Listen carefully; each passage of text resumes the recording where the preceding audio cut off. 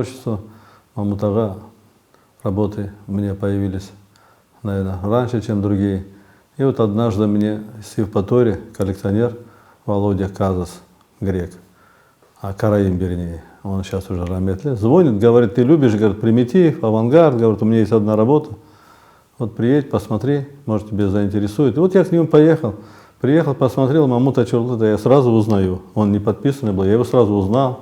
Так как Мамут-ага известный наш крымско-татарский художник, и его первая работа живописная, мне было очень интересно его приобрести, и вот сейчас она находится в нашей коллекции.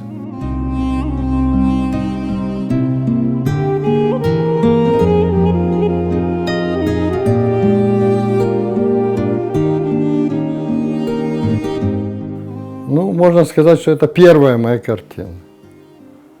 Когда я впервые попал в Крым в составе творческой группы по мини-текстилю, перед этим я занимался текстилем, то есть художественным ткачеством, где-то 7-8 лет. Она была написана в Крыму, но это было начало, как спусковой крючок.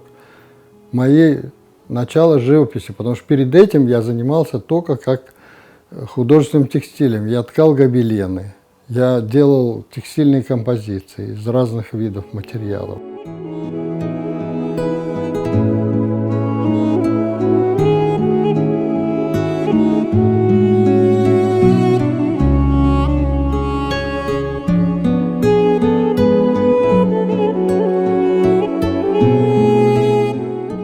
Вот он ехал с Узбекистана на симпозиум, как он рассказывал, его не пустили на этот симпозиум, так как рассказывал, самолета сняли.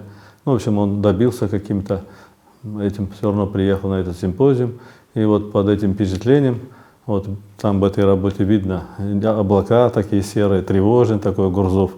Вот он немножко был злой на это, на все, что его не пустили на этот симпозиум. И вот он под этим впечатлением эту работу написал. Я пережил встречу с Родиной, которая связана была постоянной опекой со всех сторон всяких правоохранительных органов. Я увидел, как по-настоящему относятся к нашему народу, негативно. И вот это вот состояние, ощущение я уже начал передавать в своих картинах с тех пор до сегодняшнего дня практически.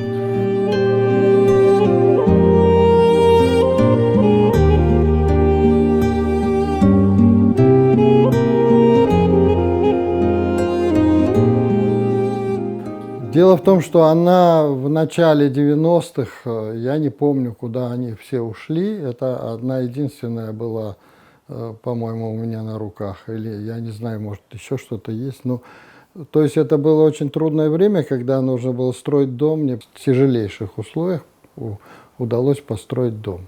Я приехал сюда, черная абсолютно есть фотография такая, а через год я стал наполовину седым. Просто вот это такое было трудное время. Плюс еще это был кризис такой финансовый. Это время, когда ты не знал, чем завтра вообще кормить будешь семью. И я не знаю, каким образом она вот здесь вынырнула, честно говоря.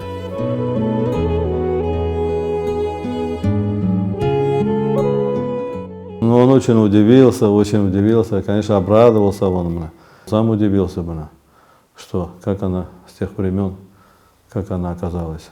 Не, ну я обрадовался, это же мое дитё и первенец, как говорится, первое дитё.